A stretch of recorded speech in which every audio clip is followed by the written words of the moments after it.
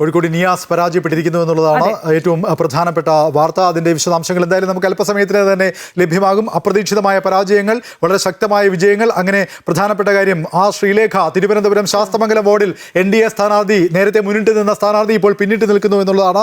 അതേസമയം നേമത്ത് MR ഗോപൻ വിജയിച്ചിരിക്കുന്നു. അദ്ദേഹം ആദ്യം പിന്നിട്ട് നിന്നു, പക്ഷേ പിന്നീട് അദ്ദേഹം ആ ലീഡ് തിരിച്ചു പിടിച്ചു. അദ്ദേഹം വിജയിച്ചിരിക്കുന്നു എന്നുള്ളതാണ് തിരുവനന്തപുരത്ത് നിന്ന് ലഭിക്കുന്ന വിവരം.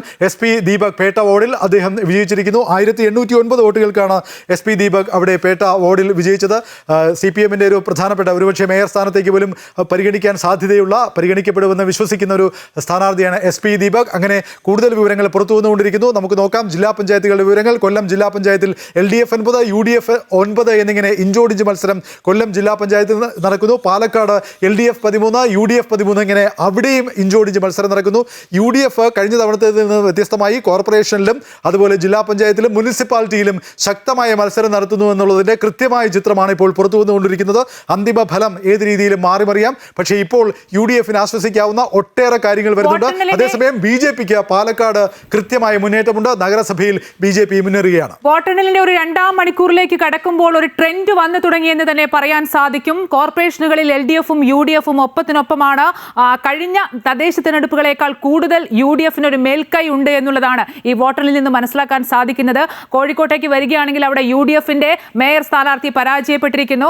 MM രാഗേഷ് ഉണ്ട്. രാഗേഷ്, കോഴിക്കോട് LDF വ്യക്തമായ മേൽക്കൈയോടുകൂടി മുന്നോട്ട് പോകുമ്പോൾ UDF-ന്റെ മേയർ സ്ഥാനാർത്ഥി തോറ്റ വിവരമാണ് പുറത്തു വരുന്നത്. അതെ, തീർച്ചയായും UDF-ന് വലിയ തിരിച്ചടിയാണ്. പാറോപ്പടി ഡിവിഷനിൽ നിന്നാണ് UDF-ന്റെ സ്ഥാനാർത്ഥി PM നിയാസ് തോറ്റിട്ടുള്ളത്. PM നിയാസിന് ലഭിച്ചിട്ടുള്ള വോട്ടെന്ന് പറയുന്നത് ഏകദേശം 467 വോട്ടാണ്. അദ്ദേഹം 3ാം സ്ഥാനത്ത് പോയി എന്നുള്ളതാണ്. KPCC ജനറൽ സെക്രട്ടറി കൂടെയാണ്. അതുകൊണ്ട് തന്നെ ഇത് UDF-നെ സംബന്ധിച്ച് വലിയ ക്ഷീണമാണ്. 570 വോട്ടുമായിട്ട് NDA സ്ഥാനാർത്ഥി ഹരീഷ് പൊറ്റങ്ങാടിയാണ് ഇവിടെ വിജയിച്ചിരിക്കുന്നത്. 2ാം സ്ഥാനത്ത് വന്നിരിക്കുന്നത് സിറിയക് മാത്യു ആണ്. CPM-ന്റെ സ്ഥാനാർത്ഥിയാണ്. UDF-നെ സംബന്ധിച്ച് നേരത്തെ തന്നെ മേയർ സ്ഥാനാർത്ഥിയായി VM വിനുവിനെ പരിഗണിച്ചുകൊണ്ടാണ് ആദ്യഘട്ടത്തിൽ തെരഞ്ഞെടുപ്പിൽ മുന്നോട്ട് പോയത്. അദ്ദേഹത്തിന്റെ നോമിനേഷൻ നൽകാൻ കഴിയാത്ത സാഹചര്യം എന്നപ്പോഴാണ് PM നിയാസിനെ മേയർ സ്ഥാനാർത്ഥിയായി അവതരിപ്പിച്ചുകൊണ്ട് UDF ഈ തെരഞ്ഞെടുപ്പിനെ നേരിട്ടത്. തീർച്ചയായിട്ടും വലിയ വെല്ലുവിളി തന്നെയാണ്. കോഴിക്കോട് കോർപ്പറേഷനിൽ അതിശക്തമായ മത്സരമാണ് നടക്കുന്നത്.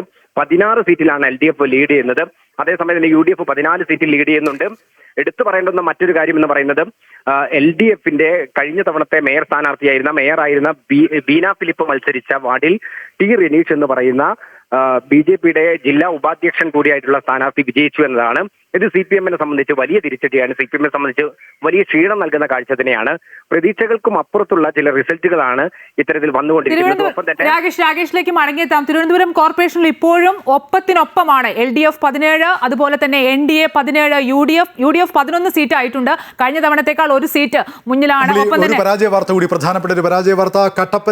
കട്ടപ്പനയിൽ മുൻ MLA EM ആഗസ്തി പരാജയപ്പെട്ടിരിക്കുന്നു. UDF സ്ഥാനാർത്ഥി.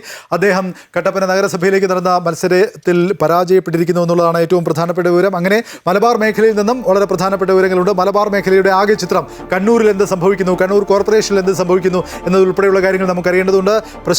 KK പ്രശാന്ത് ചേരുന്നുണ്ട്. പ്രശാന്ത്, വിവരങ്ങൾ.